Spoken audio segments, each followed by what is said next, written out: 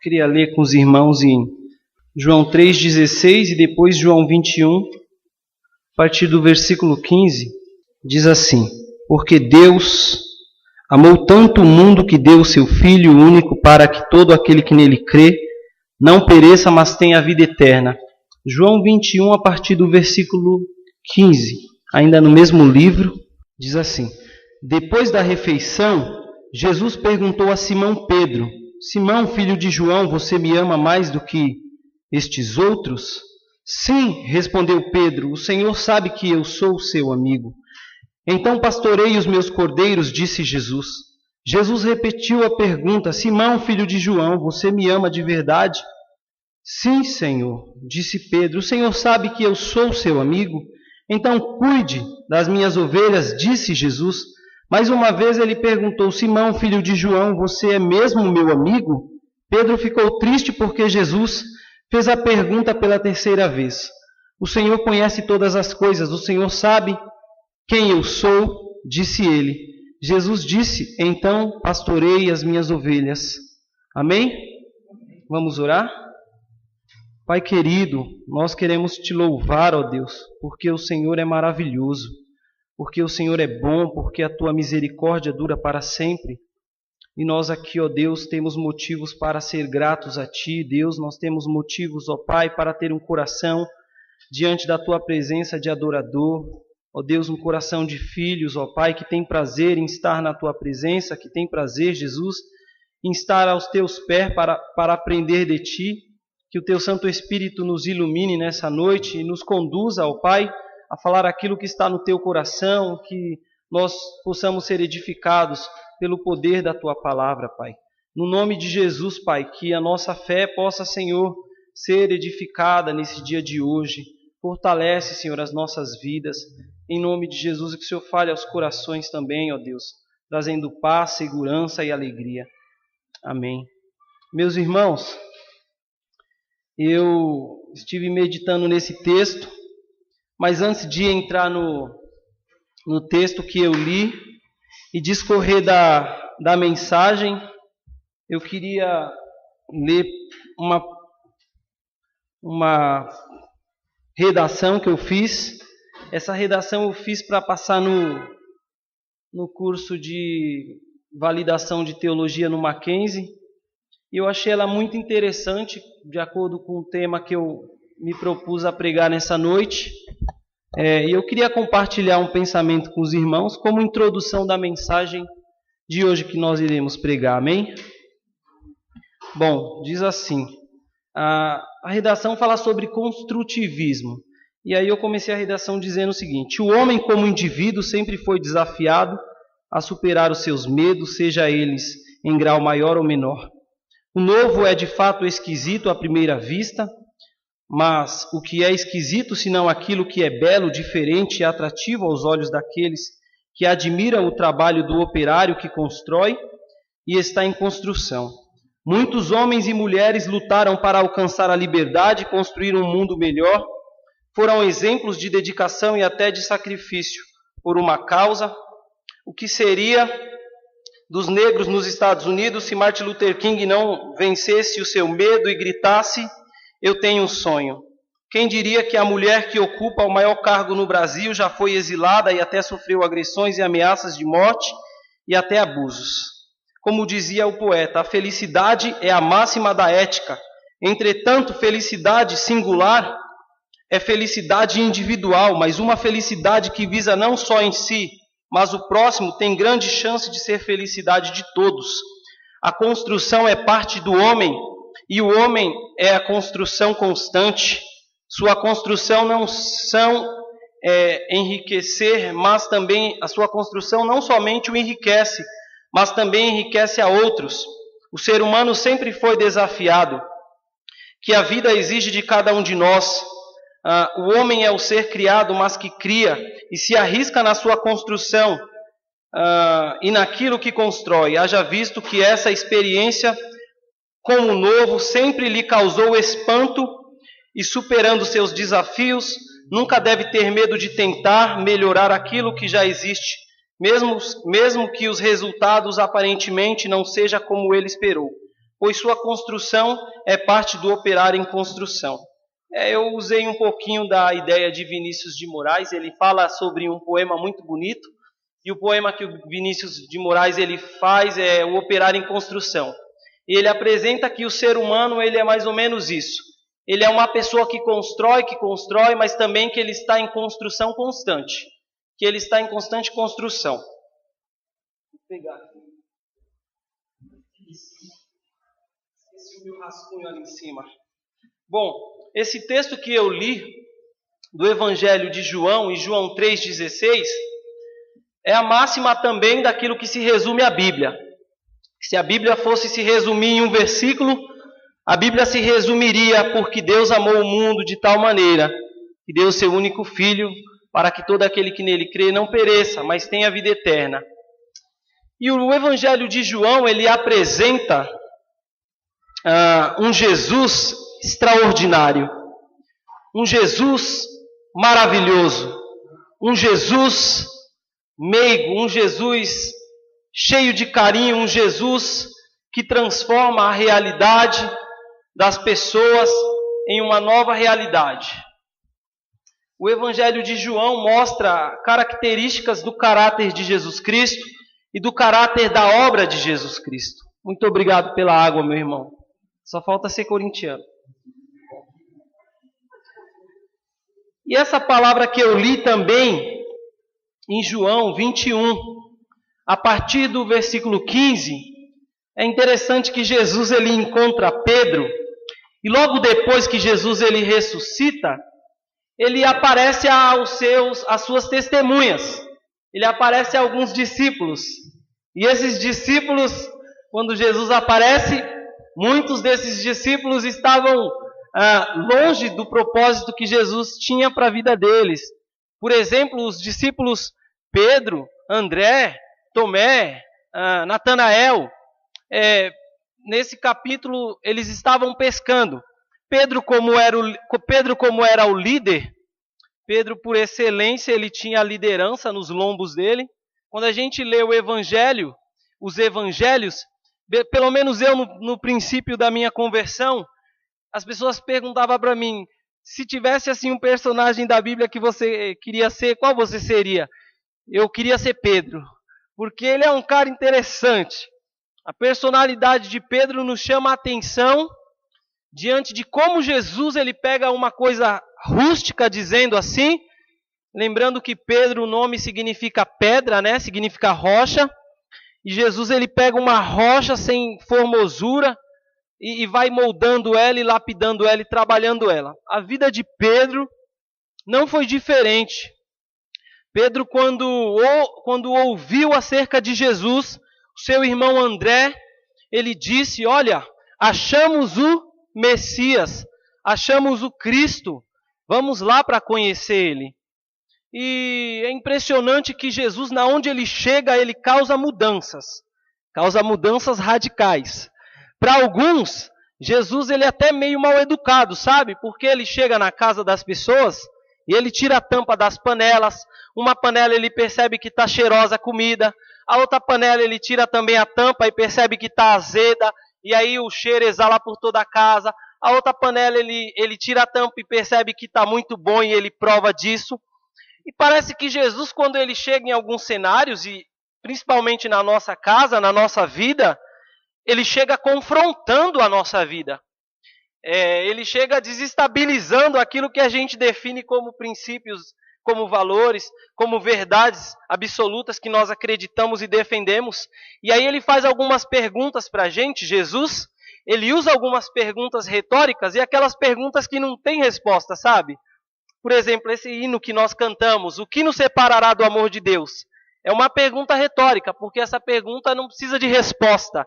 É o tipo de pergunta que se usa para brincar com a situação de tão convincente que ela é. E Jesus também ele faz algumas perguntas para Pedro. Mas quem era Pedro? Pedro era um pescador. Pedro era um profissional da área da pescaria.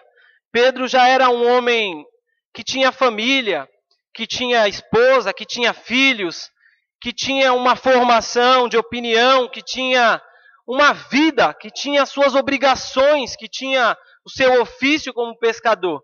E quando Jesus ele começa o seu ministério, Jesus, caminhando, chama os discípulos e Pedro, ele larga tudo para seguir a Jesus. E segundo um documentário que eu estava assistindo, segundo o documentário diz que os pescadores são pessoas lógicas, são pessoas que eles não saem seguindo qualquer pessoa que aparece. Principalmente Pedro, porque aproximadamente eu acho que ele já teria a idade de 36 para 40 anos, e ele, provavelmente essas pessoas na época, deixariam a sua vida, a sua família, seu trabalho, para seguir um mestre que aparecia proclamando uma doutrina, anunciando um novo ensino, e esses discípulos, dificilmente, dependendo da idade, ia largar tudo para seguir esse mestre. Mas Pedro, ele não hesita, ele larga tudo e começa a seguir a Jesus. E começa a sua trajetória como discípulo de Jesus. E é interessante a gente perceber que Pedro tem um temperamento sanguíneo. É o tipo, bom, como eu falei, se fosse para ser um personagem da Bíblia, eu seria Pedro, porque eu percebo nele alguns comportamentos que às vezes eu assumo, né? E Pedro, por ser esse homem sanguíneo, por ser esse homem de liderança, seguindo Jesus, ele começa a seguir o mestre, mas com intenções que não eram intenções do reino de Deus. Eram intenções políticas, intenções pessoais, intenções que iria trazer para ele alguns benefícios.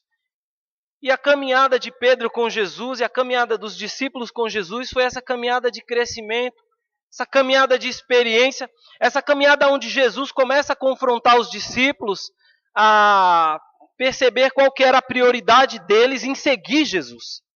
E Pedro não era diferente. E aí o evangelista João relata isso para a gente.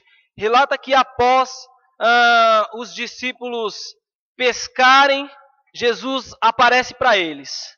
Jesus aparece para os discípulos e pergunta se tem alguma coisa para comer. Ah, não tem, a gente pescou a noite toda e não achamos nada. Então Jesus disse para eles, vai, lança a rede, possa ser que vocês achem. E eles lançaram a rede e conseguiram pescar aproximadamente 153 grandes peixes. E aí já começa a aparecer a grande diferença de Jesus estar presente como mestre nas nossas vidas e Jesus estar ausente. Porque quando Jesus está presente, a gente pode lançar a rede segundo a palavra dele e as coisas acontecem segundo a vontade dele. Porque ele mesmo é o providenciador daquilo que nós precisamos. E aí Pedro entendia isso e os discípulos reconhecem que é Jesus. Reconhecem que é Jesus e vai ao encontro de Jesus. E aí Jesus faz essas 3 perguntinhas para Pedro. Mas nessa tradução eu achei muito interessante como essa tradução coloca a resposta de Pedro. Porque a palavra que é usada aqui, quando Jesus pergunta a Pedro, tu me amas? E aí Pedro responde, sim, o Senhor sabe que eu sou seu amigo. E Jesus, quando pergunta para Pedro, ele pergunta usando uma palavra assim, Pedro, tu me amas de forma desinteressada? Tu me amas sem interesse algum? Tu me amas de forma genuína, sem esperar nada em troca? E aí Pedro responde, você sabe que eu te admiro, você sabe que eu sou teu amigo. E Jesus pergunta de novo, tu me amas com um sentimento desinteressado, com um sentimento que eu te amo? Jesus pergunta para Pedro. E aí Pedro fala, tu sabes que eu, Filéu, tu sabes que eu sou teu amigo e te admiro. Te admiro por admirar, assim como eu tenho afeição pelo Cássio, que eu gosto muito. Que eu aprendi a admirar e amar ele, pela pessoa que ele é. É esse sentimento de admiração que Pedro está falando. Não um sentimento de submissão e de obediência ao senhorio de Cristo, mas o sentimento de admiração. E pela 3ª vez Jesus pergunta de novo para Pedro, mas Jesus, ele pergunta, e o evangelista João, ele coloca aqui uma palavrinha diferente, e ele usa a palavra que Pedro usou. Jesus fala para Pedro na 3ª vez, tu me admira? Você gosta de mim? E é interessante notar que essa palavra, ela tem a ver com a questão emocional. E a questão emocional, uma hora você está seguindo, uma hora você está firme, uma hora você está com foco no alvo, mas se a sua emoção for abalada e os teus sentidos te traírem, certamente você pode negar Jesus. E foi o que aconteceu com Pedro. Lembra que Pedro traiu Jesus 3 vezes? Jesus disse para Pedro, Pedro falou, olha Senhor, aonde tu estiveres eu estarei. Se for preciso eu vou armar até, eu vou dormir contigo em qualquer lugar, em qualquer puleiro, em qualquer barraquinha. Sabe? E aí Jesus falou, olha, vocês têm onde reclinar a cabeça, mas o Filho do Homem não tem. E na onisciência de Jesus, como sendo ele Deus, já percebia as falhas que havia em Pedro. Mesmo assim, o que eu acho maravilhoso é que Jesus nunca abriu mão de Pedro. Jesus nunca abriu mão de mim. Jesus nunca abriu mão de você, independente das nossas falhas, independente do quanto nós podemos ser falhos, independente do quanto as nossas emoções podem nos trair em seguir a Jesus. Bom, isso é interessante notar na vida de Pedro, porque isso acontece com a gente também. Uma pessoa me procurou e pediu conselho. E ela falou, Dorival, quase que eu abandono a fé, quase que eu abandono a igreja, quase que eu paro de fazer o que eu faço. E eu falei, bom, se a sua fé depender daquilo que está diante dos seus olhos e da circunstância da sua vida, você precisa questionar se essa fé é uma fé verdadeira. Se essa fé é uma fé convincente, se essa fé é uma fé, como disse a nossa irmã Maiara, Deus deu, Ele tirou, bendito seja o nome do Senhor. E a gente às vezes acha que a fé, ela vai se adequar à nossa emoção, se adequar à nossa vida, se adequar àquilo que a gente quer. Pelo contrário, a fé vai nos desafiar a viver além daquilo que nós esperamos, daquilo que nós almejamos. E tenha certeza, a fé, ela vai te estimular a viver o sobrenatural de Deus. Jesus sempre ensinou isso para os discípulos, acerca da fé. De que a fé não era para eles conquistar império, reino, poder, força. Não. Que a fé é o meio pelo qual eles se relacionam com o Pai. É o meio pelo qual eles têm comunhão com o Pai, que eles se achegam diante do Pai. A fé é o meio que a gente entende que nós somos dependentes de Deus. E eu estava estudando o conceito de fé, a definição de fé. É interessante que no idioma alemão aparece lealdade. Aparece lealdade, né? Fidelidade. Aparece ser leal, ser fiel, permanecer firme. E na nossa caminhada, meus irmãos, pode acreditar piamente que vai acontecer tudo para que a gente se destabilize como Pedro, sabe? Perca o foco, perca aquilo que Deus tem para a sua vida. Mas independente das circunstâncias, dos problemas, independente das lutas, independente de sofrimentos, a fé ela nos transporta para uma região segura. Como nós cantamos nessa noite, seja onde for a tua mão me guiará. E nós carecemos de viver essa fé hoje. Acredite os irmãos. Porque se nós falarmos de fé na sociedade que a gente vive hoje, a fé está sendo confundida com barganha, sabe? E Deus não é um Deus de barganha, Ele é um Deus santo, Ele é um Deus que não precisa negociar aquilo que Ele é, porque tudo que Ele faz é de acordo com a sua vontade soberana. Bom, se os discípulos aprenderam uma coisa, eles aprenderam que Jesus, Ele é extraordinário porque aquilo que Ele fala, Ele cumpre. E aquilo que Ele projeta na vida dos seus, também se cumpre.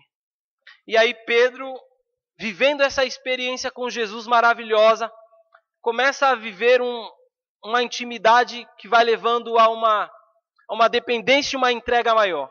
E Jesus fala para Pedro, olha Pedro, enquanto você era jovem, você andava onde os seus pés te guiavam. Mas vai chegar um dia que você vai ficar velhinho e vão te pegar pela mão e vão te levar a um lugar onde você não quer ir.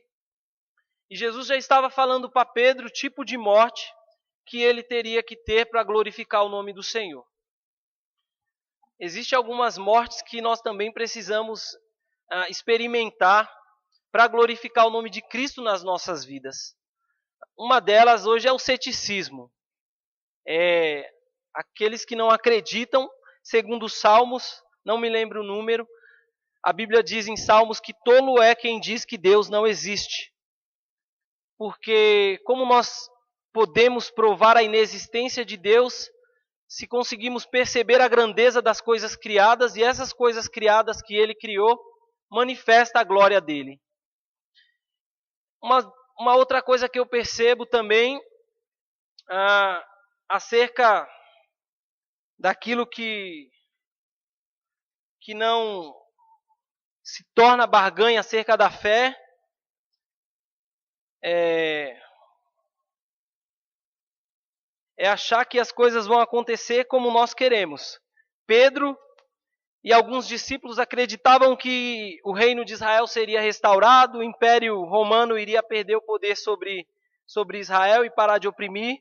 E Jesus falou para eles, olha, se preparem porque não vai ficar pedra sobre pedra, pelo contrário. E uma das coisas que a gente aprende como discípulo é que no sofrimento e que nas dificuldades da vida, por meio dessa graça maravilhosa, nós aprendemos a viver seguros por Deus. Os discípulos, cada discípulo teve uma experiência diferente com Jesus. Cada discípulo provou uma experiência diferente que transformou a sua vida, que transformou a sua forma de pensar, que transformou o seu modo de ser. Quando Jesus se revela a Natanael, ele diz assim, porventura pode vir alguma coisa boa de Nazaré? E aí o Filipe responde, vem e vê. E eu li uma tradução que dizia assim, achamos o Messias, achamos a Jesus, e isso nos basta. E isso é fato, porque quando a gente encontra Jesus, quando a gente experimenta Jesus, quando nós temos uma experiência com Jesus, isso nos basta para a nossa vida. E nós percebemos que Jesus é a nossa suficiência. Que Jesus ele supre tudo o que nós necessitamos. Como disse Pedro, lançai sobre ele toda a vossa ansiedade, porque ele tem cuidado de vós. Se tem uma coisa que Jesus nos ensina, é que nós não devemos temer a vida, nós não devemos temer os medos, nós não devemos temer aquilo que pode nos acontecer de pior, porque nós estamos guardados por Ele. Nós estamos seguros na mão dEle. Isso é maravilhoso.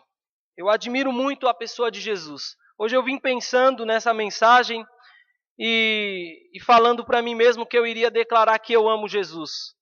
Que Jesus é tudo que eu tenho. Que Jesus é a minha maior esperança de vida. De que Jesus é a minha maior esperança de alcançar uma vida que agrade a Deus. De que Jesus é a minha maior esperança de ver a minha família restaurada na presença de Deus. De que Jesus é a minha maior esperança de ver uma sociedade melhor. De ver pessoas melhores. De ver pessoas menos agressivas. Pessoas menos angustiadas, menos problemáticas. Pessoas menos frustradas. Pessoas menos sofridas. Se tem uma coisa que eu admiro na pessoa de Jesus é ele se compadecer da dor do próximo. Se compadecer do sofrimento das pessoas. Esses dias eu estava numa padaria ali na República, perto do Mackenzie, e um colega meu que chama João, a gente estava comendo um berute bem gostoso. Quem não comeu berute pode provar porque é gostoso. E aí passou um rapaz na rua, jogou uma garrafa na calçada, e o segurança da padaria começou a xingar ele e falar para ele pegar e agredir ele verbalmente. E aí o sentimento como seguidor de Jesus é um sentimento de compaixão, porque eu não sei o que levou aquele jovem a estar naquela vida e estar perdido daquele jeito. Porém, o sentimento daqueles que não conhecem a Jesus é nítido. E nisso uma moça que estava sentada numa mesa na minha frente falou, esses vagabundos só fica não sei o que, e começou a xingar ele. E aí eu dei risada pro meu colega e falei, se ela olhasse com as lentes de Jesus, ela veria naquela pessoa uma alma carente de Cristo. Sabe, quando nós conhecemos a Jesus, nós passamos a enxergar a vida no ponto de vista de Cristo Jesus. Nós começamos a fazer outra leitura da vida. Nós começamos a fazer outra leitura dos valores da vida e daquilo que é prioridade para a nossa vida. E eu olhei para aquele jovem, pedi que Deus o guardasse, o livrasse, que Deus desse uma oportunidade para ele mudar de vida. Mas o que eu admiro em Jesus é que Jesus pode transformar a vida daquele jovem. Jesus pode transformar qualquer realidade. Jesus pode transformar qualquer coração. E o interessante notar é isso, que Jesus ele vem transformar a questão interna do homem.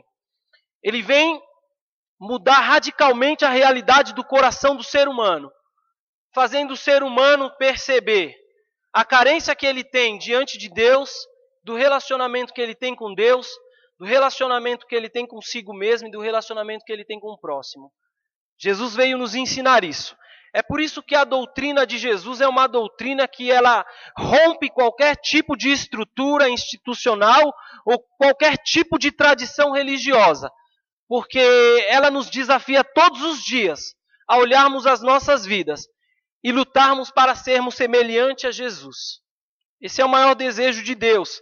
E quando Jesus chama os discípulos para segui-lo, ele chamou os discípulos para ser semelhante a eles. E a igreja tem esse grande desafio. Eu tenho esse grande desafio. Nós temos esse grande desafio de sermos semelhantes a Jesus. A igreja, quando não está pregando a palavra de Jesus e quando ela não anuncia a mensagem do reino de Deus, com certeza ela está anunciando aquilo que é cômodo e aquilo que é cômodo ao mundo. Aquilo que a gente já está acostumado a viver. Porém, a palavra de Deus, ela vai resgatar a vida do ser humano, e vai resgatar o ser humano da escravidão e de qualquer escravidão que ele se encontre, seja a mentira que ele estiver vivendo, a palavra de Deus vai trazer a verdade à tona. E essa pessoa vai ser iluminada pela palavra. E a palavra vai dissipar as trevas que essa pessoa vive. Jesus ensinou isso para os discípulos. E demorou muito para os discípulos aprender isso. Então, a gente não deve ficar se culpando, nem se cobrando, quando a gente não consegue acertar na primeira, na segunda ou na terceira vontade de Deus. Porque demorou muito para os discípulos entender qual que era a vontade de Deus para a vida deles. E às vezes a gente vive essas crises, né? Seguindo a Jesus, a gente se cobra muito, a gente se culpa muito. Às vezes a vida religiosa faz isso. Mas Jesus ele nos ensinou uma coisa, liberdade. Nos ensinou graça. Nos ensinou que tudo que nós fazemos no reino de Deus é por amor. É por espontaneidade. É por liberalidade. E os discípulos achavam que fazendo alguma coisa no reino, eles teriam recompensa no céu e teria os postos mais altos. E Jesus disse para eles, olha, se vocês não forem como crianças, se vocês não se tornarem como crianças, vocês não herdarão o reino dos céus. Está aí mais um grande desafio como seguidor de Jesus. Jesus é extraordinário por isso, porque ele nos faz a gente resgatar a nossa verdadeira natureza como filhos de Deus. Bom, eu anotei umas frases aqui, eu queria ler para os irmãos.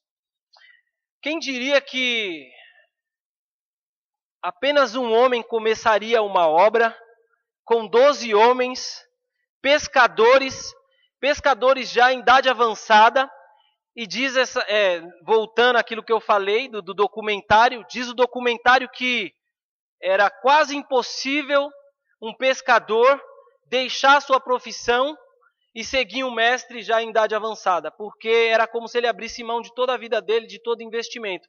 É por isso que Pedro não queria abandonar a pescaria, porque era tudo que ele tinha como patrimônio de vida. E aí eu queria ler essa frase, que eu acho interessante comentar com os irmãos. E essa frase fala o seguinte: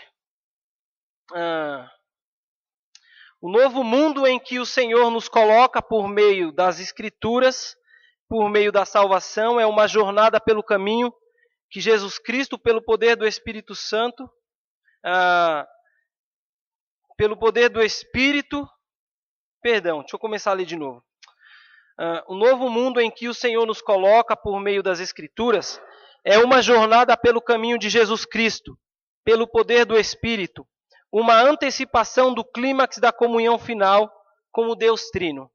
Então, esse autor aqui, ele diz que essa nova realidade que Jesus traz para nós, através do reino de Deus, ele fala que é uma antecipação da comunhão que nós teremos com Deus por toda a eternidade, com Deus Pai, com Deus Filho e com Deus Espírito Santo.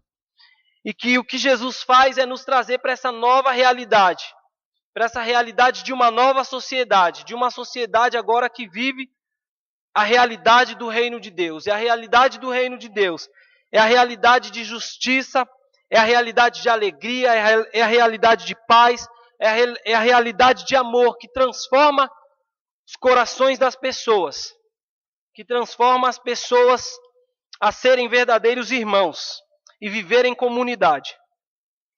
E aí tem outra frase que diz o seguinte: somos todos maltrapilhos, mas escondemos nossa condição atrás de títulos e máscaras. E eu acho essa frase interessante porque quando Jesus vem até nós, ele sabe as deformações e deficiências por causa do pecado que se encontra em nós, e ele nos dá uma nova roupagem. A roupagem que Jesus nos dá é a roupagem do resgate da glória de Deus. É a roupagem de nos relacionarmos novamente com Deus como filhos, de nos relacionarmos uns com os outros como irmãos, mesmo não nos conhecendo tanto assim. Como é diferente o amor em Cristo, como é diferente aqueles que amam através do amor de Deus. Eu estou aqui na igreja há 1 ano aproximadamente, e aproximadamente 1 ano eu aprendi a amar e respeitar todos os irmãos que aqui se encontram. Tenho certeza que sou amado pelos irmãos, porque isso é incondicional, porque isso é a marca que Deus colocou em nossos corações. E a igreja de Jesus Cristo, nós somos conhecidos pelo amor, que nós demonstramos uns aos outros. Assim como as Escrituras diz que Jesus amou os seus discípulos e o amou-os até o fim. Isso é impressionante. Isso é extraordinário, porque nós podemos olhar uns para os outros. Nós podemos também nos amar até o fim. Nós podemos nos amar de forma incondicional, independente de qualquer circunstância, independente do que acontecer na nossa vida. Nós podemos demonstrar o verdadeiro amor de Deus uns aos outros. E o mais interessante é que Jesus reintegra a Pedro nos propósitos do reino. E o que é interessante também é a sacada da grande pergunta de Jesus: Pedro, tu me amas? E Jesus diz, e Pedro diz, tu sabes que eu sou teu amigo. Mas Jesus pergunta, Pedro, tu me amas da forma que eu te amo e de forma desinteressada? Eu te amo sem interesse algum, Pedro. E você me ama sem interesse? Você me segue por vontade própria, desejando fazer a minha vontade e viver de acordo com os propósitos do meu reino, de acordo com os propósitos do meu Pai? E aí Pedro responde, tu sabes que eu te admiro. E aí Jesus diz de novo, Pedro, você me admira? Então apacenta os meus cordeiros, apacenta as minhas ovelhas. O que é interessante nessa pergunta é perceber que Jesus ele desce até o nosso nível e nos aceita da forma que somos, para nós seguirmos a Ele, para nós amarmos a Ele, para nós nos entregarmos a Ele, para nós dedicarmos o nosso coração, a nossa alma, as nossas forças e o nosso entendimento a Ele. Que Deus possa nos conservar e nos conceder essa graça, que Deus possa nos dirigir de acordo à sua vontade, para que nós possamos viver a vontade dEle, porque Pedro, ele de início disse, Senhor, tu és meu amigo, mas no final ele largou tudo que ele tinha e seguiu a Jesus, e diz a história que ele foi martirizado por Nero, e ele foi crucificado, e segundo a história, pegaram ele para colocar ele na cruz, e ele disse para as pessoas que iriam crucificá-lo, eu não sou digno de ser crucificado como meu mestre, me crucifica de cabeça para baixo. E ele deu a sua própria vida por Jesus. Nosso grande desafio é esse, entregar nosso coração, nossa força, nosso entendimento, nossa alma e nossa razão para os propósitos do reino de Deus, para os propósitos de Cristo Jesus, sem interesse algum. E isso acho que é a coisa mais difícil que a nossa geração tem hoje como desafio para enfrentar. Então, que Deus nos conceda essa graça e que nós possamos ser guiados pelo Espírito Santo de Deus, que é o nosso mestre, que é o nosso amigo, nosso consolador, que nos capacita, que nos prepara para a gente viver uma vida que seja de acordo com as vontades de Deus. Porque aí é nisso que a gente encontra o sentido da vida. Jesus sempre deu sentido para a vida das pessoas. E o sentido da vida é o caminho até a Deus. E Jesus sempre mostrou o caminho. E Ele é o caminho, a verdade e a vida. E todos os dias Jesus está de braços abertos dizendo: vinde a mim, todos que estão cansados, sobrecarregados, e eu vos aliviarei. Essa é a mensagem do reino de Deus. Vamos orar?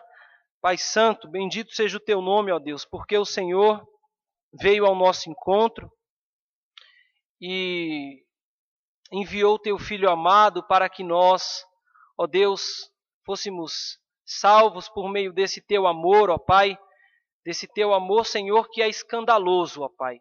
Esse teu amor que aceita nós como somos, da forma que somos.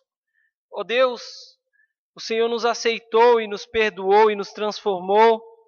Ó Pai, nós queremos ser gratos a Ti, porque o Senhor nos chamou também para servir a Ti, Pai. Para servir a Ti com as nossas vidas, ó Deus. Nós queremos, ó Senhor, ser guiados por Ti. Nós queremos Te pedir perdão, ó Pai, pela dureza dos nossos corações, muitas vezes resistindo, Senhor, ao Teu chamado de seguir a Ti, como o Senhor disse para Pedro, para que ele seguisse o Senhor, Pai. Que nós possamos, ó Deus, ser confrontados pela Tua palavra, ser confrontados, ó Deus, a deixar aquilo que não é prioridade nas nossas vidas, aquilo que é periférico, aquilo que não tem significado, aquilo que, ó Deus, não faz sentido, que muitas vezes nós perdemos tanto tempo da nossa vida, Senhor, para Te seguir, Senhor, para Te acompanhar, para ter prazer no Teu ensino, para ter prazer como Maria, Senhor, nos debruçarmos aos Teus pés e aprender da Tua palavra e aprender daquilo que, ó Deus, vai permanecer para toda a eternidade, Senhor.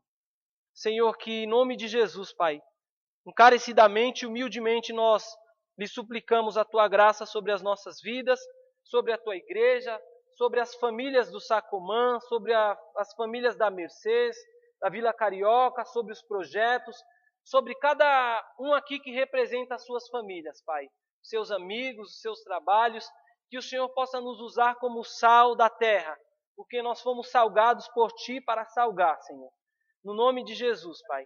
Nós somos muito gratos a Ti por pertencer à Tua família, Pai, por Te servir. Nós somos gratos a Ti, Jesus, porque o Senhor é maravilhoso, porque o Senhor nos aceita, porque o Senhor nos ama. No nome bendito do Senhor Jesus, ó Pai, nós Te agradecemos por tudo. Amém.